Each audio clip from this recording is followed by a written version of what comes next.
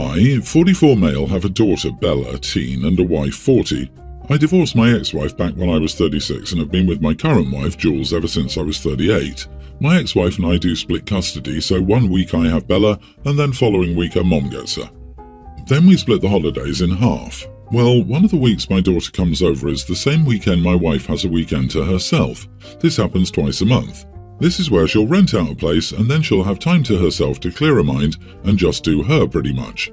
I let her have her weekends because I'll go fishing or to the bar with my friends twice a month. I work from home, so being cooped up in the house is very draining, and my daughter hates being in the house all day, so when my wife leaves, often my daughter and I will spend the whole weekend doing activities, or things we won't be able to do with my wife. So think mountain climbing, surfing, scuba diving, long walks, road trips, camping, amusement parks, etc. My wife knows what we do when she's gone, it's no secret, but we do have an unspoken rule that this is our time to ourselves, and we can't ask to go with that person on that weekend. So my wife hates when we used to ask to come along or when we would suggest a family trip before the rules were made. Bella calls it D&D weekend, and she always looks forward to it, so it's sort of sentimental. Sadly, my wife's trip to her hotel was cancelled and she's stuck in the house. My daughter has recently wanted to go to Mall of America, which is a nice drive from where we are in Minnesota.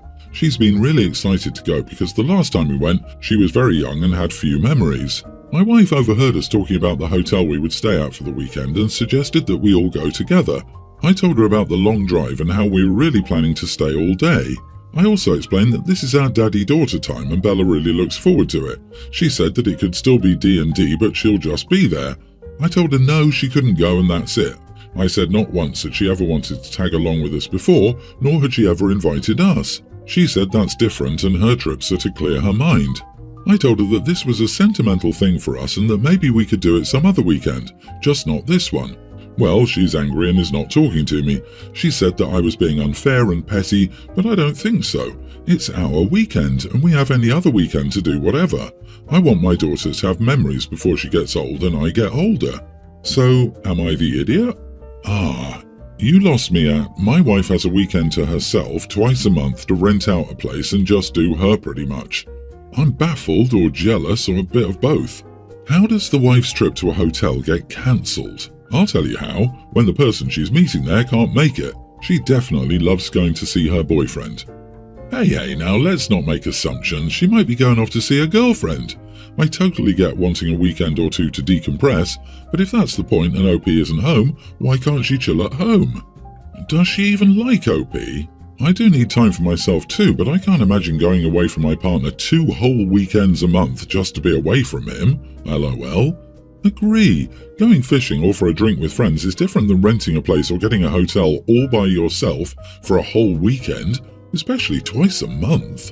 The equivalent would be having a spa day or a night with her friends, or simply saying that she'd like a night at home to take a bath, relax and do her own thing, without you or anyone else disturbing her. I can't wait for the update on this one. Yeah, such an interesting arrangement and one I would feel very uncomfortable with. Is your wife extremely wealthy or something?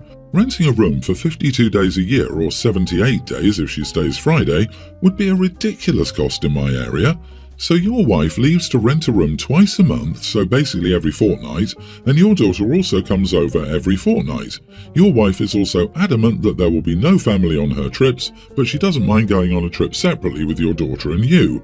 Very weird dynamics. Verdict? Not the idiot, but this is some wonky stuff. Keep us updated. Mini update. I'll be looking into my wife's weekend trips. Many of you have made points that she could be having an affair. So far, she said it was a mix-up with the booking. She didn't go into much detail about it, but the money was back in our account, so I didn't question it. Thank you all for your advice. I have an above-ground pool in my backyard. It's almost as tall as the fence, so you can see it from my neighbour's deck and many windows. In short, it's not very private. I'm 8 months pregnant and getting pretty uncomfortable. Being in the water helps enormously, so I spend a good chunk of time most evenings just floating in my pool. I wear a bikini to do this because it's about 1,000,000 times easier than fighting with a one-piece. The result of this is that my neighbours get an eyeful of large, pale, wear sunscreen kids, stretch mark covered bellies when they look toward my backyard. The other day, my neighbour stopped my husband when he was on his way out to ask if I could cover up more in the pool. Apparently, they're avoiding using their deck because seeing so much of my body is uncomfortable for them.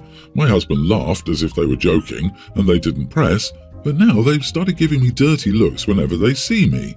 Am I the idiot for regularly subjecting my neighbours to my pasty pregnant body? Definitely not the idiot. You're pregnant and you're relaxing in your own pool, in your own yard, wearing a normal swimsuit. Screw them. If that's such a big issue for them, they can stay inside, build a taller fence, or just turn their chairs in a different direction. I assume they're not glued to the floor.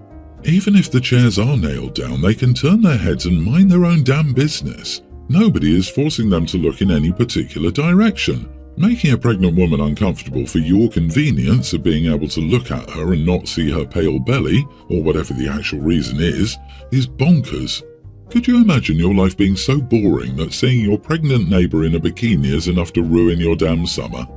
LOL, of course not the idiot. I would laugh my butt off at those neighbours. I made a very private backyard so I could sunbathe topless by the pool and nobody could see me. That is until my backyard neighbours got a trampoline for their kids. They wanted me to stop because, OMG, what if the little tyke saw breasts? Oh, the horror! They threatened to call the cops. I said go right ahead.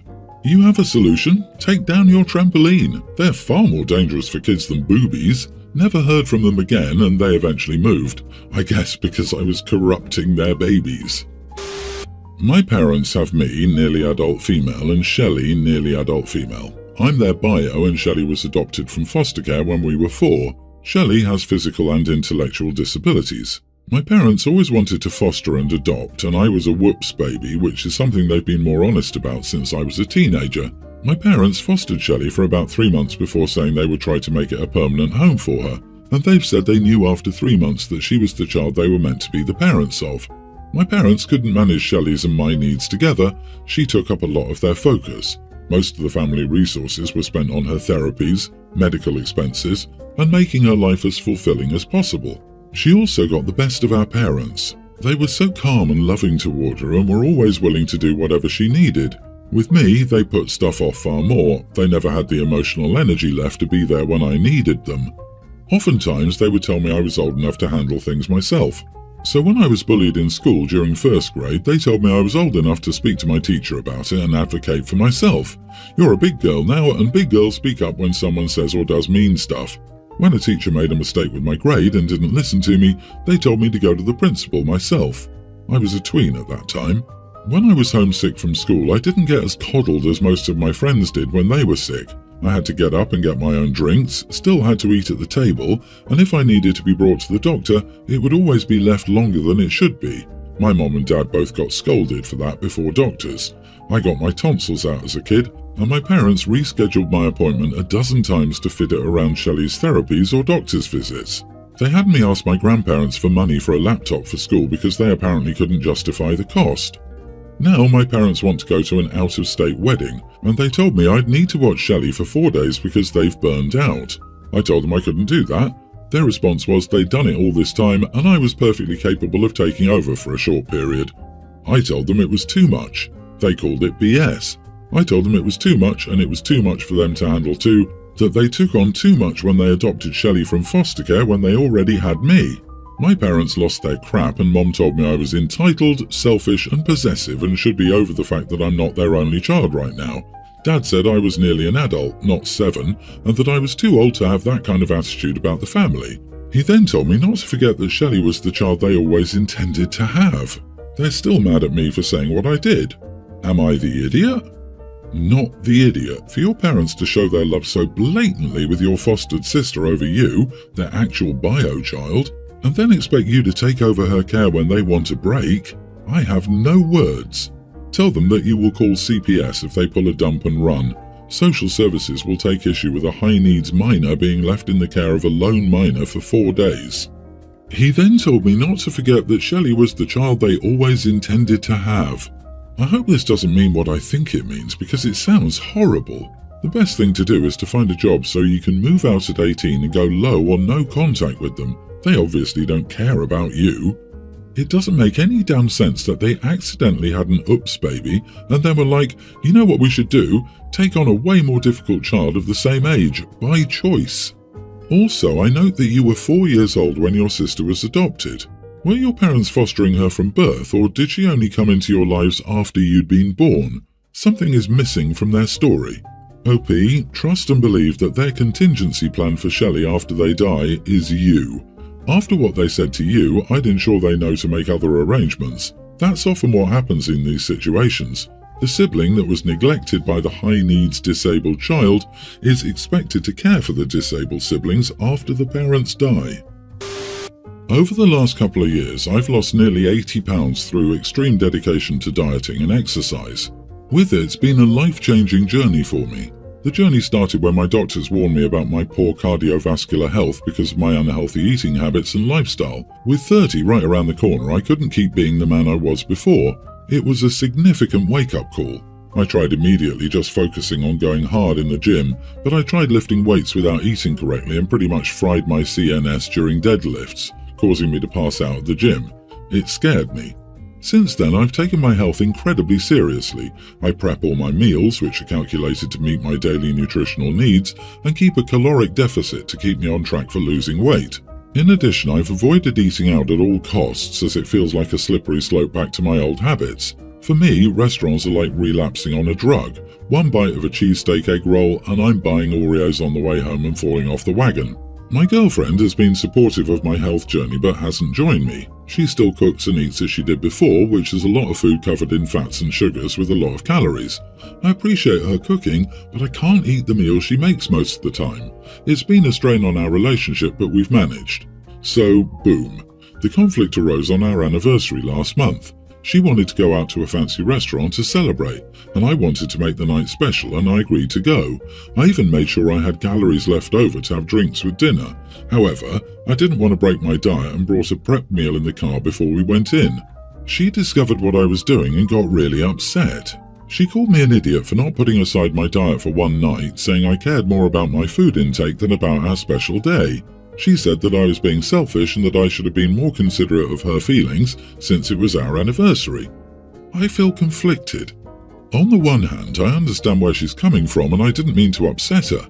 But on the other hand, I've worked really hard to improve my health and I'm scared of falling back into old habits. Am I the idiot for sticking to my diet even on our anniversary? Edit, I'm 5'4" and 297 pounds currently. Sorry, but you are the idiot.